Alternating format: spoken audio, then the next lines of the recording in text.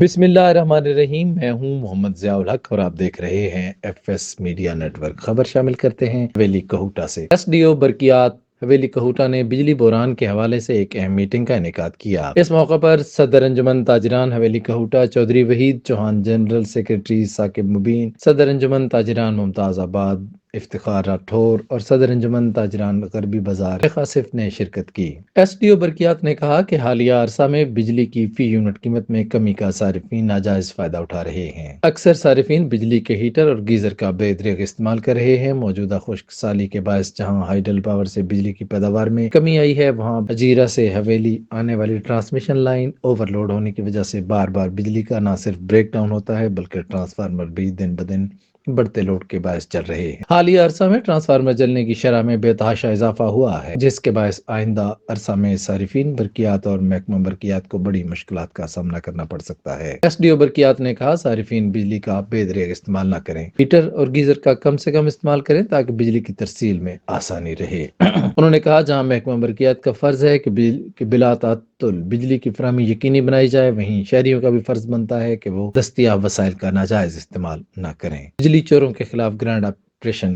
کیا جا سکتا ہے۔ جس صارف کا کنیکشن غلط اور میٹر ٹیمپرنگ ہو پایا گیا انہیں بھاری جرمانے کیے جائیں گے۔ سبسکرائب کیجئے F S media network اور دیکھتے رہیے تازہ ترین تبصرے، خبریں اور تجزیے۔